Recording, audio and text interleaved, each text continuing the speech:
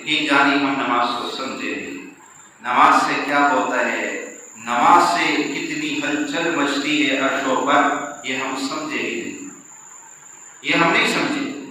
ملا جیون رحمۃ اللہ علیہ بہت بڑے اللہ کے ولی بزرگ گزرے ہیں، تو وہ اپنے زمانے میں بادشاہ کے جو خاص مسجد تھی جہاں بادشاہ نماز پڑھتا تھا اس کا امام ان کو رکھا، یہ وہ بادشاہ کے خاص علماء میں سے تھے، بادشاہ کے خاص علماء میں سے۔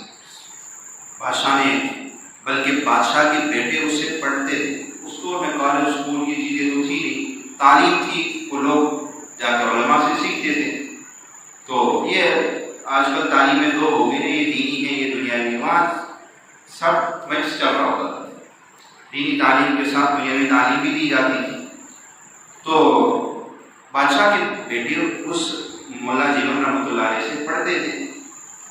ایک دفعہ ملا جیون جمعہ پڑھا رہے تھے اور جمعے کا دن تھا، اور بادشاہ ریشم کا لباس پہن کے مسجد میں آ کے بیٹھ گئے۔ ملا جیون نے خطبے میں کہا کہ ریشم پہننا مردوں کے لیے حرام ہے، سونا اور ریشم اللہ نے اس امت کے مردوں پہ حرام کر دیا ہے، لہٰذا جو ریشم پہنے گا تو غلط کر رہا ہے۔ بادشاہ نے یہ مسئلہ جب سنا تو بادشاہ نے اپنی توہین سمجھی، بھلے مسجد میں اس نے ایسا کہا تو اس نے بادشاہ کو نہیں مخاطب کیا، اس نے ممبر پہ بیٹھ کے مسئلہ بے دڑک ہو کے بیان کر دیا۔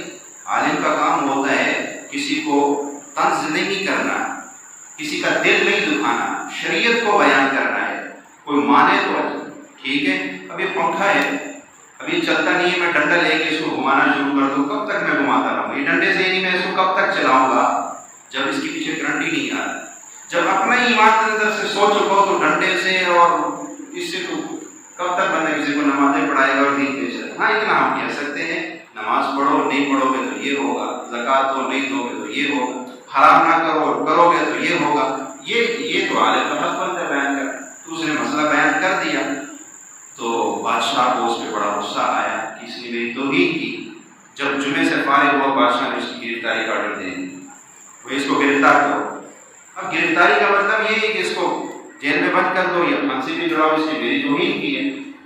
بادشاہ کے بچے جو تھے جو پڑھتے تھے ان کو، ہمارے استاذ کو گرفتار کیا جا رہا ہے، وہ بھاگتے ہوئے استاذ کے پاس آیا اور کہنے لگے حضرت آپ کے خلاف آرڈر جاری ہو گیا کہ آپ کو جو ہے وہ گرفتار کیا جا رہا ہے۔ تو ان کا کوئی بات نہیں، مجھے گرفتار کرنے کا حکم بادشاہ نے دے دی اس مسئلے پر کہ آپ نے جو مسئلہ بیان کیا بادشاہ کہتے میری توہین ہوئی۔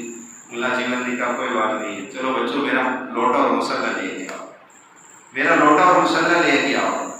بچوں نے کہا اچھا، لوٹا اور مسلح ہاتھ میں پکڑا دیا۔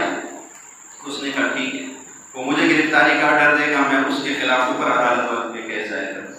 بادشاہ کو پتہ چلا، بچوں نے کہا ابا جی اپنا آرڈر واپس لے لے، وہاں انہوں نے تو لوٹا اور مسلح اٹھا لیا اپنا۔ تو بادشاہ ننگے اور دوڑتا ہوا آیا اور ملا جیون کے قدموں میں گر گیا اور کہنے لگا خدا کے لیے مسلح پہ نہ کھڑا ہوئے، اگر آپ مسلح پہ کھڑا ہوگے میرا کچھ نہیں بچے گا۔ اللہ، ان کو بھی علم تھا کہ مسلح کی طاقت کیا ہے۔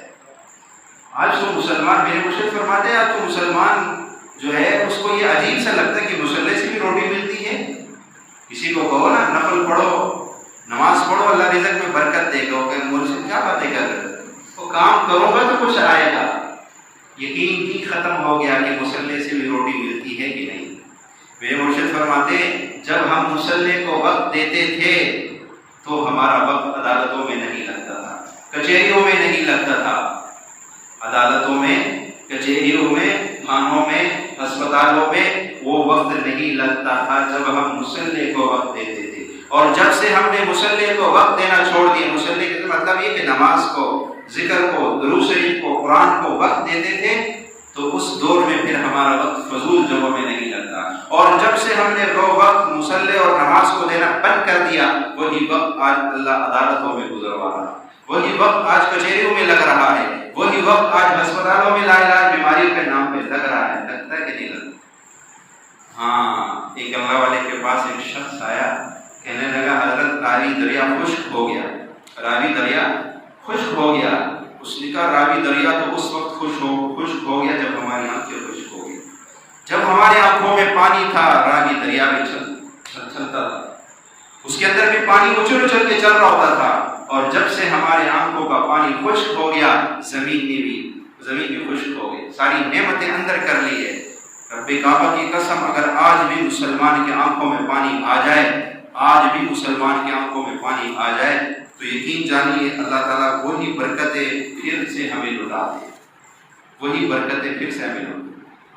جب رات کی تنہائیوں میں آنکھوں سے آنسو گرا کرتے تھے، یقین جانیے رب کا عرش ہل جایا کرتا تھا، رب کا عرش ہل جاتا تھا جب مسلمان کی آنکھوں سے پانی نکلتا تھا، جب مسلمان کا تعلق اپنے رب سے تھا، جب مسلمان نے سارے اسباب کو مسبب الاسباب کے ساتھ تعلق جوڑا تھا، تو اس وقت اللہ کا عرش ہلتا تھا، مسلمان جو کہتا تھا اللہ کر دیتا تھا۔ آج ہمارا تعلق رب سے ٹوٹ گیا ہے میرے بھائیو، آج ہم نے تعلق توڑ دیا تو رب نے بھی ہمیں بھلا دیا۔